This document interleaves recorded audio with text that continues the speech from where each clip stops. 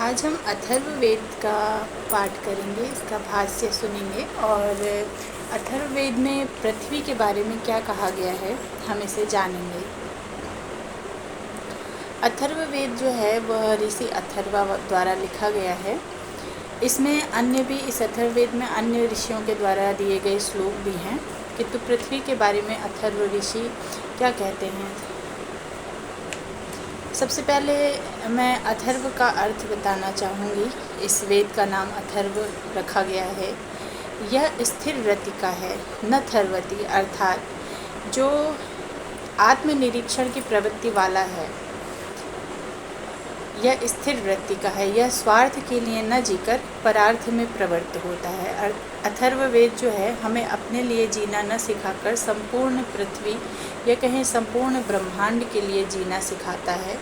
यह वेद पृथ्वी को अपना घर मानता है और इसकी धारणा के अनुसार यह श्लोक है, उसका मैं भावार्थ बताऊंगी। हम सत्य, रित, दीक्षा, ब्रह्म व यज्ञमय जीवन वाले होते हुए इस पृथ्वी को धारण करें। पृथ्वी हमारे भूत और भविष्य को अर्थात संपूर्ण जीवन को उज्जवल बनाएगी तथा हमारे लिए प्रकाशमय जीवन को प्राप्त कराएगी।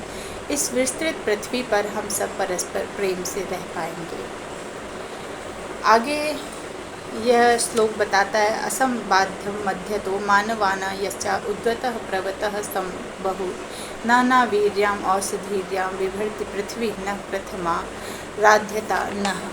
अर्थात पृथ्वी विशाल है। समझदार व्यक्तियों को यहाँ परस्पर टकराने की आवश्यकता नहीं है। पृथ्वी के उच्च स्थल, ढलान व समस्थल बहुत हैं। वे भिन्न भिन्न स्वभाव वाले व्यक्तियों के रहने के लिए पर्याप्त हैं। यह पृथ्वी विविध औषधियों को जन्म देती हुई हमें शक्ति संपन्न बनाती है और सफल बनाती है।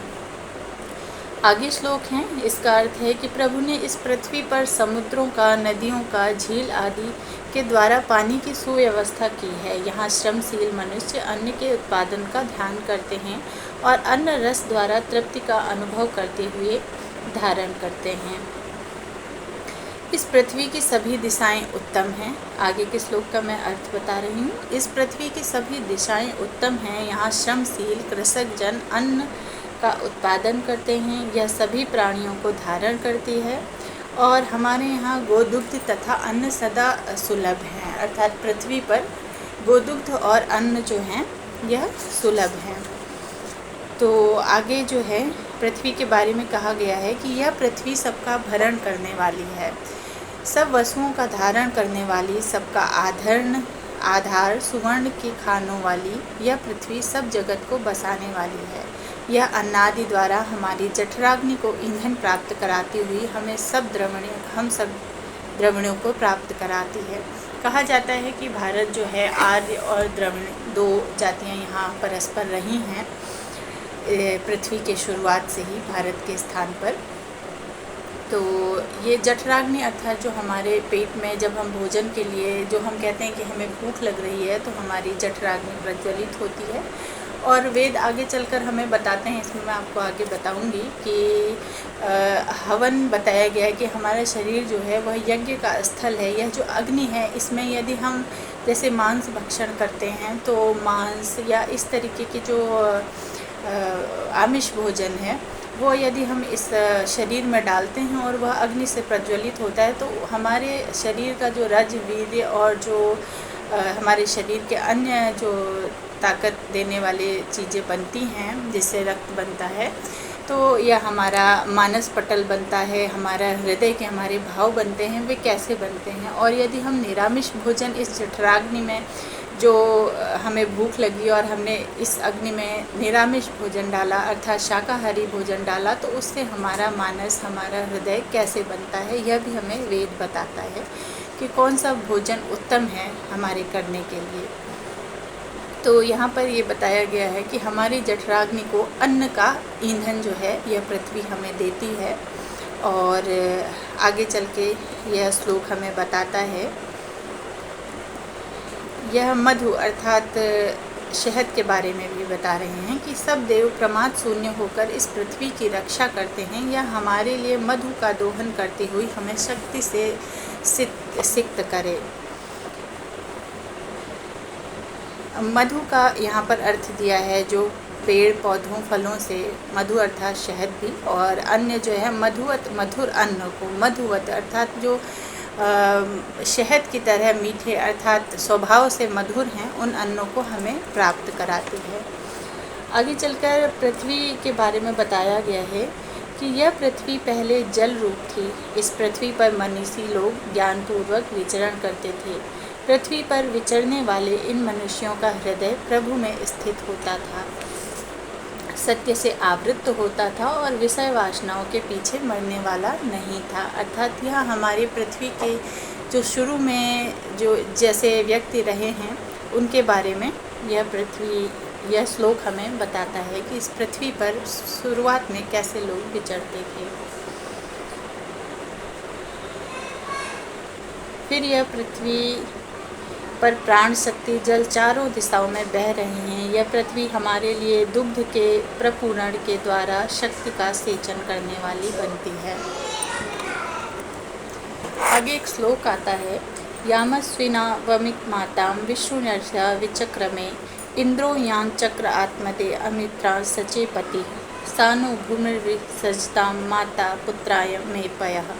अर्थात हम पृथ्वी को माता कैसे मानते हैं, तो यह श्लोक हमें बताता है पृथ्वी के बारे में और अधिक कि सूर्य और चंद्र से इस पृथ्वी का मानो मापन हो रहा है।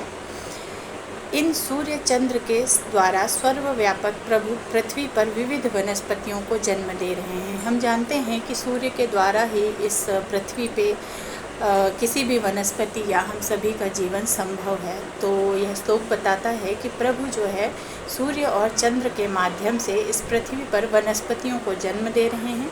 यह पृथ्वी शक्ति व प्रज्ञान के स्वामी जितेंद्रिय पुरुष की मित्र है, अर्थात जो मेहनती है, जो जितेंद्रिय है, जिन्होंने अपने इंद्रियों पर काबू पाया हुआ है, उस पुरुष की यह पृथ्वी मित्र है। यह भूमि हम पुत्रों के लिए अप्यायन के साधनाभूत दुग्ध आदि पदार्थों को दे, इसलिए हम इस पृथ्वी को अपनी माता मानते हैं।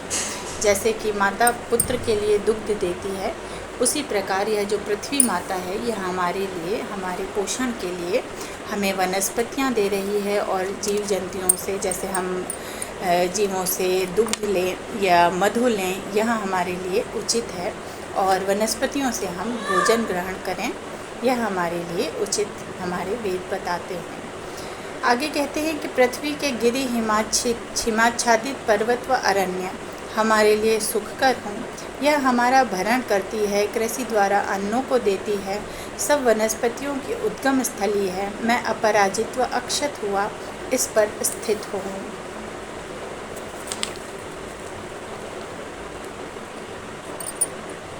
आगे वेद पृथ्वी के बारे में अन्य चीज़ें बताते हुए कहते हैं कि पृथ्वी के मध्य व केंद्र में शतशः स्वर्णादि धातुएँ स्थापित हैं। वेद हमें बताते हैं कि हमारी पृथ्वी में स्वर्ण आदि अन्य अनेक धातुएँ इसमें स्थित हैं। पृथ्वी के शरीर से ही सब अन्न रस आदि की उत्पत्ति होती है। यह भूमि माता इनके द्वारा हमारा पालन करती है। भूमि माता है, पर्जन्य पिता हैं, ये मेरा पालन करते हैं। पर्जन्य का अर्थ है मेघ। पृथ्वी हमारी माता है, और मेघ अर्थात बादल, क्योंकि बारिश के बिना पृथ्वी पर कुछ भी उगना या वनस्पतियों का उगना यह हमारे जीवन का संभव नहीं है। अर्थात भूमि को हमने माता माना है और मेघों को हमने वेदों के द्वारा पिता माना है, क्योंकि ये दोनों मिलकर ही हमारा पालन करते हैं। इस पृथ्वी पर हम यज्ञ वेदियों का निर्माण करके यज्ञों को करने वाले बने। यज्ञों से वृष्टि द्वारा पृथ्वी का वर्धन होता है, यह हमारा वर्धन करती है। हे भूमि माता, कुछ ऐसी व्यवस्था कर कि कोई हमारा आक्रांता जो है वह अशुभेच्छु व हंता न बने। हमारा इस पृथ्वी पर जो भी हम रहें, प्रेम से एक परिवार बनकर रहें, यहाँ पर कोई आक्रांता ना हो या कोई भी किसी को हानि न पहुँचाएं, ऐसा हमारे वेद अपने ईश्वर से मांग रहे हैं। फिर आगे का श्लोक है, इसमें ये बताते हैं कि यहाँ पर अनेक जातियाँ हैं पृथ्वी पर। पृथ्वी से उत्पन्न ये प्राणी इस पृथ्वी पर ही विचरते हैं। यह पृथ्वी मनुष्यों व पशु पक्षियों को धारण करती है। ब्राह्मण, क्षत्रिय आदि 5 भागों में विभक्त हैं। और सूर्य जो है यह हमें अमृत ज्योति देता है। हम सभी जानते हैं कि पृथ्वी पर जीवन के लिए सूर्य का प्रकाश अत्यंत आवश्यक है। तो यह यहाँ पर बताया गया है कि सूर्य की ज्योति को अमृत माना गया है। अब हम प्रभु से मांगते हैं कि प्रभु कृपा से हमारी संतानें ज्ञान प्रधान हो, हमारे जीवन में मधुरता हो, हम कभी कटु शब्द न बोलें। यह पृथ्वी सब धनों को उत्पन्न करती है, औषधियों को जन्म देती है। यह हमारे लिए मातृवत कल्याणकारिणी है। धर्म के द्वारा इसका धारण होता है। आगे के श्लोक हमें बताते हैं कि यह विशाल पृथ्वी हम सबके लिए मिलकर रहने की भूमि है। इसका वेग व कंप महान है। प्रभु इसके रक्षक हैं। यह हमें द्वेष शून्य व दीप्त जीवन वाला बनाए रखे। तो आज हमने जाना कि पृथ्वी के बारे में हमारे वेद हमें क्या बताते हैं। और आज का पृथ्वी के बारे में ज्ञान यहाँ पर मैं समाप्त करती हूँ, वेदों का ज्ञान। और मिलते हैं नेक्स्ट वीडियो में।